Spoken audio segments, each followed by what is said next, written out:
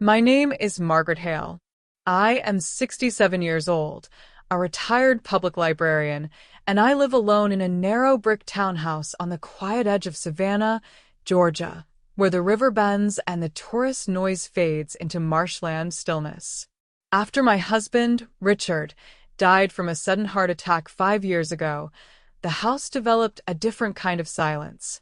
Not peaceful, not reflective, a waiting kind of silence.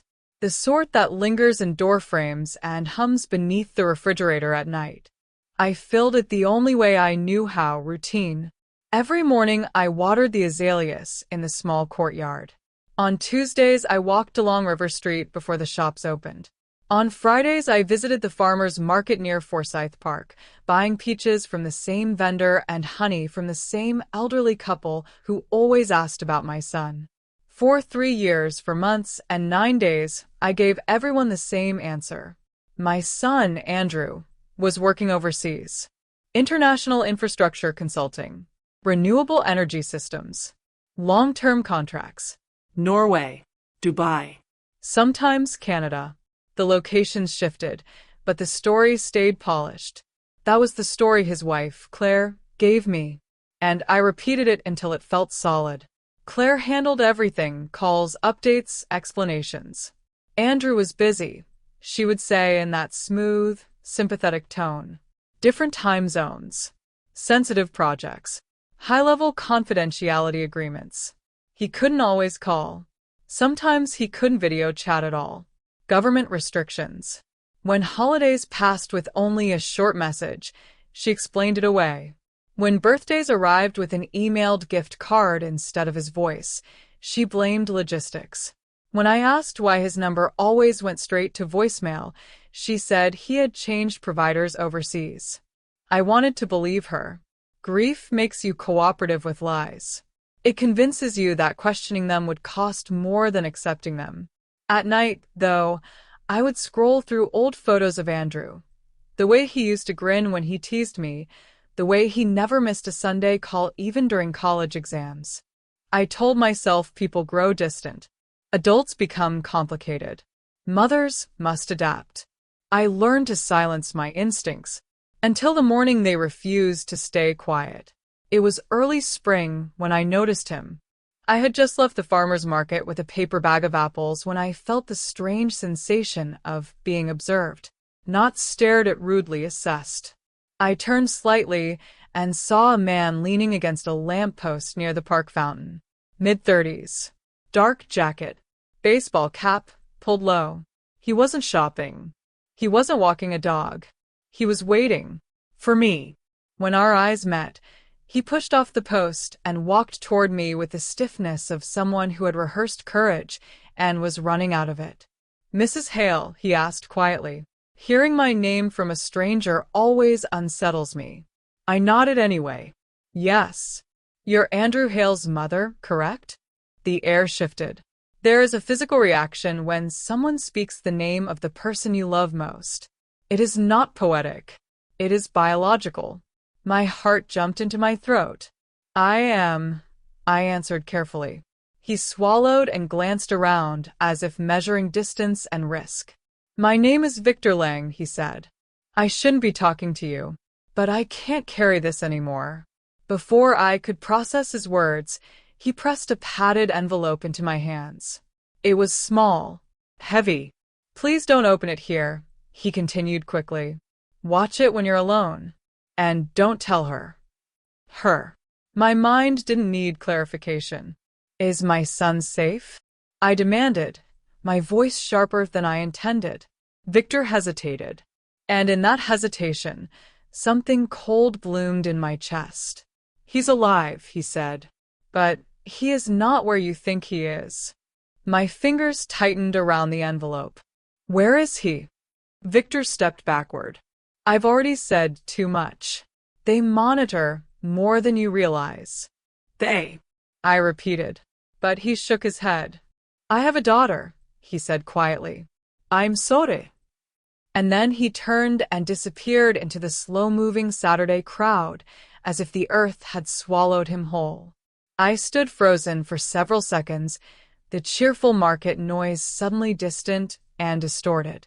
A child laughed near the fountain. Someone argued over tomato prices. The world continued. Mine had tilted.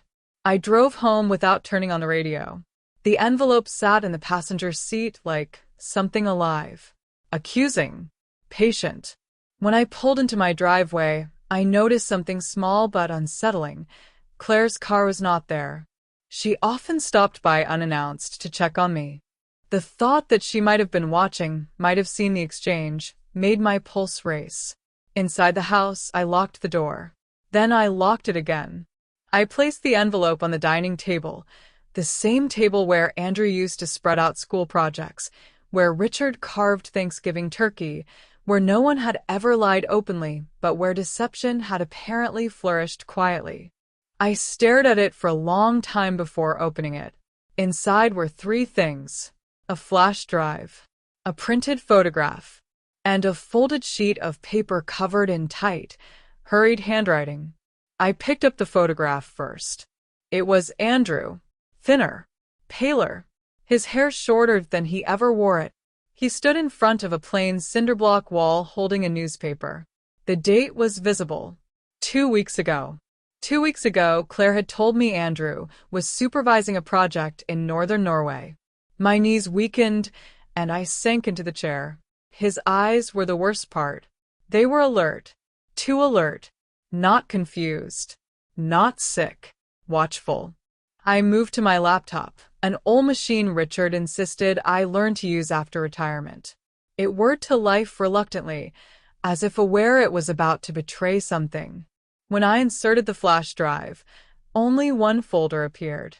Inside were video files dated over the past 18 months. I opened the earliest. The screen filled with a view of my own living room. The angle was wrong. High corner. Near the ceiling. Security footage. I had never installed cameras. I watched as Claire entered through the back door using her key. She moved, without hesitation, straight to my office desk. She opened drawers, photographed documents, scanned bank statements. She removed folders and replaced them precisely. The next video showed my bedroom. She opened jewelry boxes, examined insurance papers, photographed the deed to the house. The next showed the garage. She came only when I was gone, and she never appeared surprised by anything she found. I closed the videos and unfolded the letter. Mrs. Hale. I work maintenance at a private residential treatment center outside Augusta. Your son is there. He is not incapacitated. He has been declared unstable under a court-appointed guardianship filed by his spouse. Contact is restricted. He has asked for you repeatedly. Each request was documented as agitation. If you are reading this, it means I could not stay silent. My vision blurred. Guardianship. Unstable. Restricted contact. The letter went on to explain that Andrew had been admitted following a minor fall that Claire claimed caused cognitive decline. Evaluations had been adjusted. Visiting privileges denied for emotional safety. I lowered the paper slowly. The lie had never been about geography. It had been about control, and I had helped maintain it. The house felt different then, like a stage set after the actors leave and the lights reveal the scaffolding. I did not sleep that night. Every excuse Claire had given me replayed with new meaning. Every canceled visit. Every vague explanation. Every time she had gently suggested I was worrying too much. Around 3 in the morning, I remembered something. A key. Richard had always been methodical. After a minor business dispute 15 years ago, he had rented a safe deposit box, just in case. I had teased him about paranoia. Now I stood in the hallway closet, digging through an old tin box until my fingers found the small brass key taped to an index card. Coastal Federal Bank. Box 214. I hadn't touched it since the week he died. By 10 the next morning, I was seated in a private bank room with a metal box in front of me and hands that would not stop trembling. Inside were neatly organized documents, copies of property transfers, trust agreements, contingency plans. and an envelope addressed in Richard's handwriting. Margaret, if something feels wrong about Andrew's situation, trust that instinct. I have placed the majority of our assets in a protective trust that cannot be accessed through spousal guardianship. If Andrew is ever declared incompetent unexpectedly, demand independent evaluation immediately. I have seen Claire's interest in control. It concerns me. I sat back in the chair, tears sliding down my face. Richard had seen it. He had prepared. And I had chosen comfort over caution. By the time I left the bank, something inside me had shifted. I was no longer a grieving widow protecting a pleasant illusion. I was a mother who had been deceived. And someone had locked my son away while I repeated their script. I drove home with the documents beside me, my mind no longer fogged with doubt, but sharpened by purpose. Claire had underestimated me. That would be her first mistake. The morning after I left the bank, I did not call Claire. I did not confront her. I did not accuse. Instead, I made tea. It may sound insignificant, but routine is camouflage. And I had learned very quickly that I would need it. Claire arrived around noon, just as she often did on Sundays. She carried lemon muffins in a bakery box and wore that same expression of gentle concern she had perfected over the years. "Margaret, you look tired," she said softly, kissing my cheek. "Are you sleeping all right?" I smiled. I've fine. "Just thinking too much." She studied my face carefully. Claire always studied faces, measuring reactions, detecting resistance. I saw it clearly now. She walked through the house as if it still belonged partly to her, fingertips grazing furniture, eyes lingering on cabinets and drawers. Not casually. Inventorying. She was looking for something. The safe deposit box documents were already hidden elsewhere. We sat at the kitchen table. She spoke about Andrew's progress overseas, about delays in his project, about how stress was affecting him. Her sentences were polished, vague, airtight. For the first time, I listened like a stranger. Every statement was structured to prevent follow-up. When I asked, "Has he mentioned when he might visit?" she didn't answer directly. "He needs stability right now," she replied. Stability. The word carried weight now. After she left, I locked the door and made my first call. His name was Thomas Granger, a retired probate attorney Richard had once trusted during a property dispute. He answered cautiously, but when I explained, carefully, without dramatics, his silence told me he understood the gravity. "What you're describing," he said slowly, "sounds like exploitative guardianship." The phrase felt clinical, bloodless. He explained how adults could be declared legally incompetent under questionable evaluations, how spouses could obtain emergency guardianship during medical incidents, how once the order was in place, contact could be restricted for therapeutic reasons. And contesting it? I asked. Difficult. Expensive. Time-sensitive. He paused. "Do you have evidence?" I do. "Then don't confront her. Not yet. We need verification and an independent evaluation order." That afternoon, he referred me to someone unexpected, a former compliance investigator named Naomi Vega. "She left the oversight board after filing internal complaints," Thomas said. "If anyone knows where to look, she does." Naomi agreed to meet 2 days later at a bookstore cafe nearly an hour outside Savannah. I arrived early, clutching a folder thick with copies of the flash drive contents and Richard's trust documents. She was younger than I expected, early 40s, sharp eyes, minimal jewelry, no wasted movement. I told her everything. She did not interrupt. When I finished, she leaned back and exhaled slowly. "You're not the first," she said. Those 4 words changed everything. She explained how certain private residential facilities operated in legal gray zones, how physicians under contract could produce evaluations aligning with spousal narratives, how documentation could subtly frame normal behavior as instability. If someone is isolated long enough, she said. Their frustration becomes evidence against them. My throat tightened. He asked for me, I whispered. Naomi nodded. They all do. We devised a strategy that required precision. First, confirm Andrew's exact location. Second, obtain internal records. Third, file for emergency review before Claire could reinforce her position legally. But there was a complication. If she senses you're resisting, Naomi said, she may escalate. The word echoed in my mind. Escalate. 2 days later, it happened. An official envelope arrived by certified mail. A petition for competency evaluation. Claire had filed a request claiming I was exhibiting cognitive decline, paranoia, and financial mismanagement risk. The document cited my grief, my age, and alleged confused accusations regarding Andrew's well-being. My hearing was scheduled in 21 days. My hands went cold. She wasn't reacting defensively. She was preempting me. If she succeeded, she could gain authority over my affairs, my home, my finances, my legal standing. She could discredit anything I said about Andrew. That evening, my phone rang. Claire. I heard from someone that you've been asking unusual questions, she said gently. Margaret, I'm worried. You've been under so much strain. Her tone was syrup. I matched it. I appreciate your concern.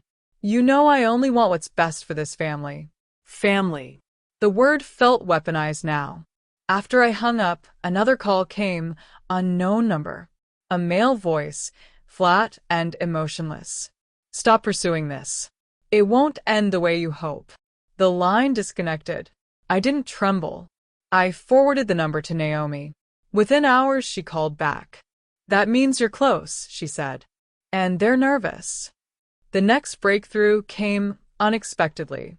Naomi located a former nurse from the facility outside Augusta, a woman named Carla Jennings who had resigned abruptly 6 weeks earlier. We met in my living room just before dusk. Carla looked exhausted. Pale. Frightened. She placed a flash drive on the coffee table. I copied what I could before I left, she said quietly. Your son was never cognitively impaired. Mild concussion at most. But the narrative shifted quickly. She explained how behavioral notes were modified after supervisor review, how requests to call me were reclassified as obsessive fixation, how privileges were reduced whenever Andrew insisted he was being held unfairly. They isolated him strategically, she said. He wasn't violent. He was coherent. That made him inconvenient. I felt something inside me crystallize into anger. Cold, focused anger. Carla also provided billing records, charges for intensive neurological supervision that never occurred, medication logs that didn't match physician orders. And the worst part, she whispered, is that it's profitable. After she left, Naomi stayed behind.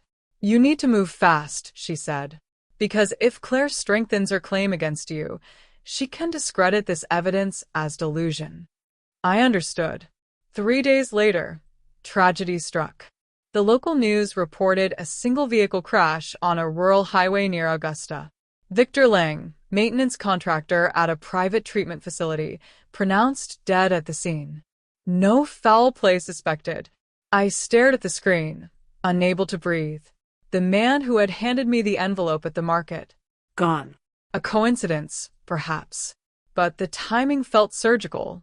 For the first time since this began, fear crept into my resolve.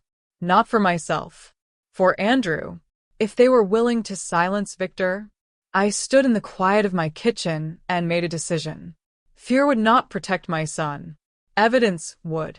Thomas filed an emergency motion requesting independent psychiatric evaluation and temporary suspension of Andrew's guardianship pending review. Claire's attorneys responded aggressively, claiming emotional harm, destabilization risk, and my alleged mental deterioration. The battle lines were drawn. The hearing date for my own competency petition approached quickly. But something had shifted.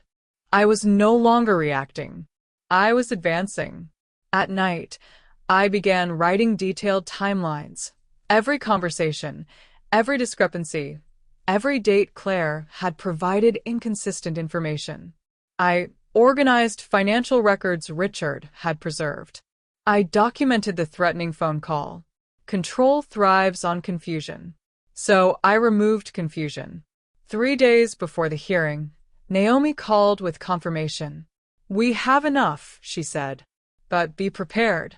Courtrooms are theater. They will try to make you look fragile." "I'm not fragile," I replied. And for the first time in years, I meant it. The morning of the hearing, I dressed carefully, navy suit, minimal jewelry, steady hands. I practiced breathing evenly. Claire sat across the courtroom with her attorneys, expression carefully arranged into concerned sorrow. But I no longer saw sorrow. I saw calculation. When the judge entered, the room fell silent. And I realized something important. For 3 years, I had participated in a lie because it was easier than challenging it. Today would be different. Today, the lie would be challenged. The courtroom felt colder than it should have. Not physically, the air conditioning was mild, but structurally cold. Designed for order, not comfort. The walls were beige, the benches hard, the lighting unforgiving. It was a room built for decisions that rearranged lives without raising voices. I sat beside Thomas, hands folded neatly in my lap. I wore my navy suit and the pearl earrings Richard had given me on our 40th anniversary. Not as decoration, as armor. Across the aisle sat Claire. Her posture was perfect, her expression subdued but composed, the portrait of a worried daughter-in-law burdened with responsibility. 2 attorneys flanked her, papers stacked in organized towers. If someone had walked in without context, they would have seen a fragile older widow being protected from her own decline. They would not have seen a woman who had been lied to for 3 years. They would not have seen a son confined under false pretenses. The judge entered. We stood. We sat. Claire's attorney began. His voice was calm, measured, almost sympathetic. "Your Honor, this is an unfortunate but necessary petition. Mrs. Hale has demonstrated increasing paranoia, making unfounded accusations regarding her son's medical treatment. She has shown signs of confusion, financial misjudgment, and emotional instability tied to unresolved grief." He emphasized words carefully. Paranoia, confusion, instability. He cited my age, 67. He referenced the death of my husband. He mentioned recent erratic behavior, including contacting former facility staff and making allegations of imprisonment. It was elegant and nearly convincing.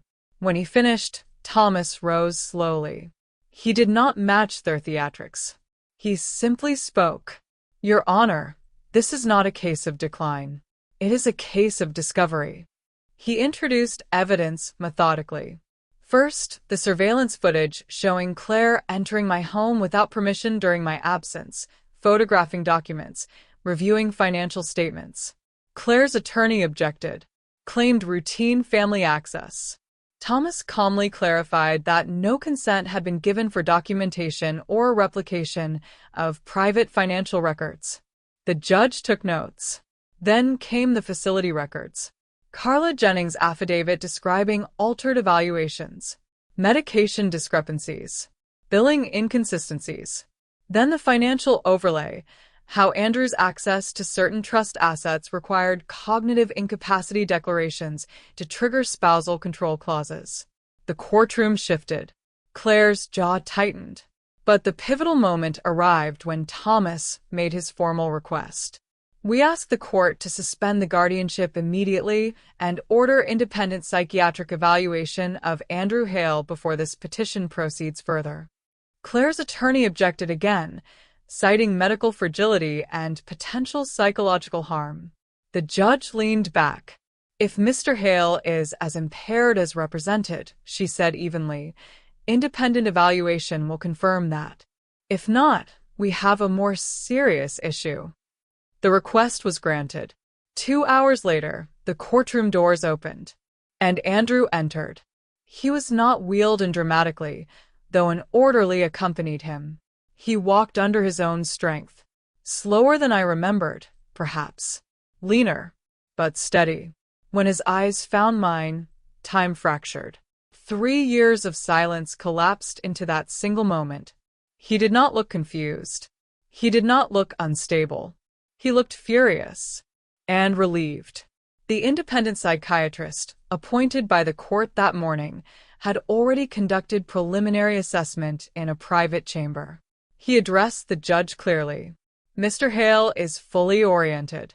He demonstrates intact memory, reasoning, and executive function. There is no evidence of cognitive impairment warranting continued guardianship. A murmur rippled through the room. Claire stood abruptly. "This is irresponsible," she said sharply. "He has episodes. He becomes agitated when discussing family." Andrew turned toward her. "Because you kept me from my mother," he said calmly.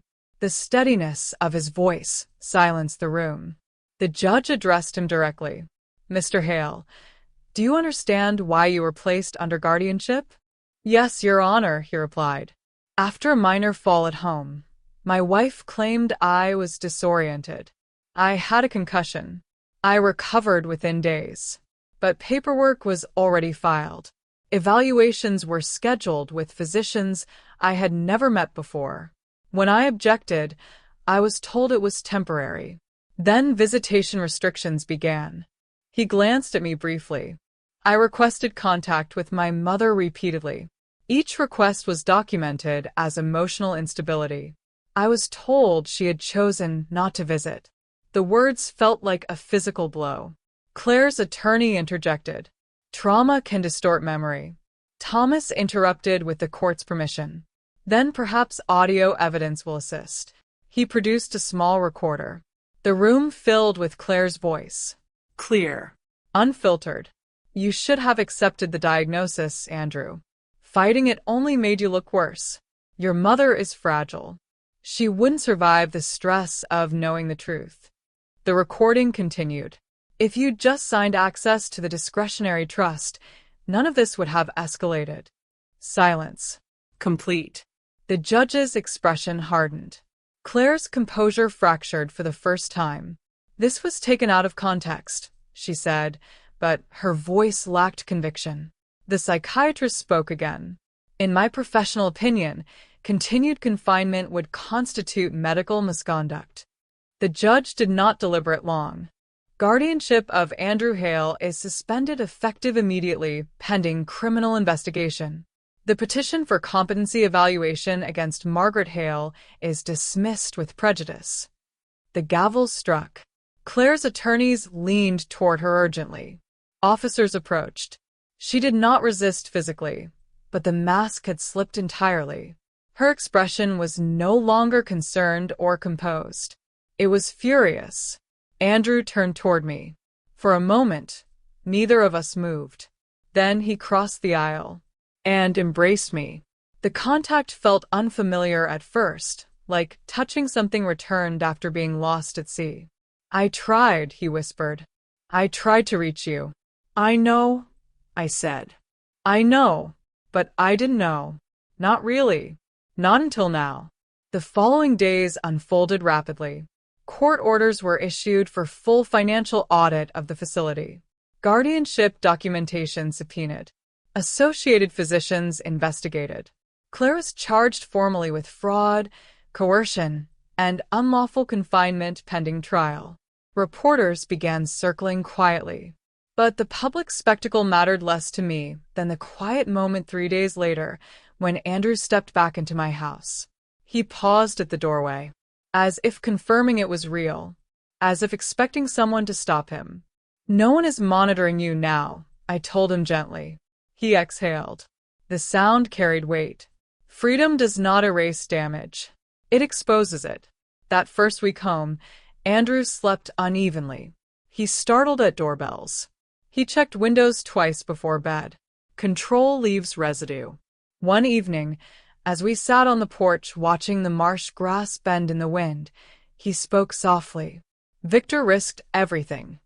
I nodded. The news had ruled his accident fatigue-related. Single vehicle. No witnesses.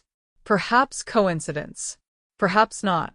Either way, he had chosen not to stay silent. And that choice had changed everything.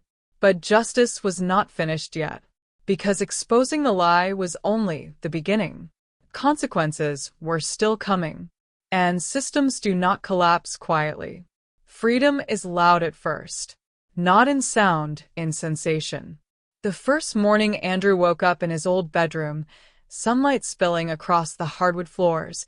He stood in the doorway for a long time, just looking at the hallway, as if expecting someone to tell him where he was allowed to walk. No one did.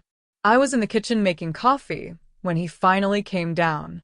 He looked different in daylight at home, less guarded, still thin, still carrying the quiet vigilance of someone who had learned that privacy could be revoked at any moment, but softer. "Morning," he said carefully. The word felt fragile. "Morning," I answered, just as carefully. We did not rush conversation. Trauma resents pressure. Instead, we rebuilt rhythm. Coffee. Toast. Small talk about the weather. The azaleas needed trimming. The porch railing would need repainting soon. Normalcy became our rebellion. But outside the house, the machinery we had exposed was grinding loudly. Within 2 weeks of the court hearing, the residential treatment center outside Augusta was placed under state investigation. Inspectors arrived unannounced. Records were seized. Several administrators were suspended pending inquiry. Families of other residents were contacted. The news began reporting cautiously at first: irregularities, compliance failures, review of guardianship practices. The words were sanitized. The reality was not. Naomi called me almost daily with updates. She sounded vindicated, but not surprised. "This is bigger than one facility," she said. "It's a pattern." As audits expanded, more stories surfaced. An elderly man declared incapacitated after disputing property transfers. A middle-aged woman isolated after inheriting a business. A widower whose visiting rights were revoked for being emotionally disruptive. Control had been marketed as care. And many people had believed it because the alternative required admitting something far more frightening: that systems designed to protect could be manipulated quietly and profitably. Andrew followed the updates carefully, but avoided interviews. Prosecutors had advised restraint until Claire's trial concluded. Claire. Her name still felt unreal. I replayed moments in my mind sometimes: holidays at my table, birthdays, casual conversations. The way she had brought soup when Richard died. The way she had gently suggested Andrew needed space as his career grew demanding. It would be easier to imagine her as a monster from the beginning. But monsters rarely introduce themselves that way. Her trial began 4 months later. The courtroom was more crowded this time. Reporters, observers, other families watching with expressions I recognized, hope mixed with dread. Andrew testified calmly. The psychiatrist presented findings. Carla Jennings described altered records. Naomi explained oversight loopholes. Then the financial experts took the stand. They outlined how Andrew's temporary cognitive impairment designation would have triggered access to discretionary trust assets exceeding several $1 million. How repeated extensions of guardianship maintained that control. How billing from the facility aligned precisely with asset freeze periods. It was methodical, calculated, predatory. When Claire finally spoke, she did not apologize. She framed her actions as protective, necessary, preventative. He was unstable, she insisted. He didn't understand financial complexity. His mother is easily influenced. I acted in the family's best interest. The prosecutor responded quietly. Whose family? The verdict came after 2 days of deliberation. Guilty on charges of fraud, coercive control, falsification of medical documentation, and unlawful confinement. When the sentence was read, I did not feel triumph. I felt release, like a door had closed behind something that would no longer chase us. After the trial, several additional lawsuits were filed against the facility and its affiliated evaluators. Licenses were revoked. Two physicians lost credentials pending further investigation. A statewide review of emergency guardianship procedures was initiated. Naomi testified before a regulatory board months later. Change, she told me afterward, does not begin with outrage. It begins with evidence. Back at home, healing unfolded less dramatically. Andrew struggled with simple choices at first.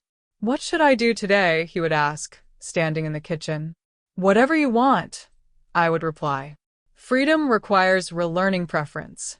He began volunteering at a local maritime repair shop, not because he needed income immediately, but because it allowed him to work with his hands. Tangible results. Predictable outcomes. Some nights he talked about the facility. The fluorescent lights that never dimmed fully. The way conversations were documented clinically. The way requesting outside contact was reframed as dependency. "They make you doubt your own memory," he said once. "You start wondering if maybe you did sound irrational." Gaslighting, when institutionalized, is terrifyingly efficient. I listened. I did not interrupt. Mothers often try to fix pain with reassurance. But this pain required acknowledgement, not correction. One Saturday morning, nearly a year after Victor had approached me at the farmer's market, Andrew asked if I wanted to walk there together. We went early. The same fountain. The same peach vendor. The same honey stand. Life had continued here even when ours had been suspended. As we passed the lamppost where Victor had first stood, Andrew slowed. "That's where he spoke to you?" he asked. "Yes." We stood there quietly. Victor Lang never received a public investigation. His accident remained officially a coincidence. But Andrew and I visited his widow privately months earlier. We told her what he had done, what his courage had cost, what it had changed. She cried. Not because she had not known he was brave, but because she had not known how far his bravery had traveled. Back at home that afternoon, Andrew repaired the porch railing while I trimmed azaleas. The sun was warm, the marsh breeze steady. Ordinary. Extraordinary. People sometimes ask me now, quietly, cautiously, how I didn't see it sooner. How I believed for 3 years that my son was overseas when he was less than 4 hours away. The answer is uncomfortable, because the lie was easier. It required no confrontation, no legal paperwork, no suspicion of someone I had welcomed into my home. Comfort can disguise itself as trust. Silence can masquerade as peace. But peace built on avoidance is not peace at all. It is permission. I have replayed the early warning signs many times. Claire controlling phone calls, redirecting conversations, offering polished explanations before I could finish questions. My instincts noticed. I overruled them. Grief makes you compliant with narratives that promise stability. But love without vigilance is vulnerable. If I could go back, I would ask harder questions sooner. I would insist on hearing Andrew's voice directly. I would examine documents instead of accepting summaries. Not because suspicion should replace trust, but because trust requires transparency. Today the house is loud again. Andrew cooks dinner most nights now. He plays music too loudly. I complain theatrically. We argue about politics and laugh halfway through. The laughter lingers. It does not feel borrowed. The azaleas bloom each spring, whether or not we deserve them. The river still bends quietly beyond the marsh. The farmer's market still opens every Saturday. But I walk through it differently now. I notice who controls conversations, who answers for others, who discourages questions with soft reassurances. Control often hides behind kindness. Isolation often presents itself as protection. And systems that rely on silence depend on people deciding it is easier not to speak. I was almost one of those people. Almost. What saved my son was not power, not money, not influence. It was a decision to tolerate discomfort, to challenge a story that felt convenient, to pursue truth even when it threatened to dismantle everything familiar. 5 lessons remain with me. Comfort is not the same as safety. Control rarely introduces itself honestly. Isolation is a warning sign, not a solution. Instinct is information. And one voice, even a frightened one, can begin dismantling something corrupt. If there is unease in your life right now, a narrative that feels too polished, an explanation that arrives too quickly, a loved one whose voice you haven't heard directly in too long, do not dismiss that feeling. Ask. Verify. Persist. Because silence protects systems, not families. And love, if it is real, must be brave enough to question.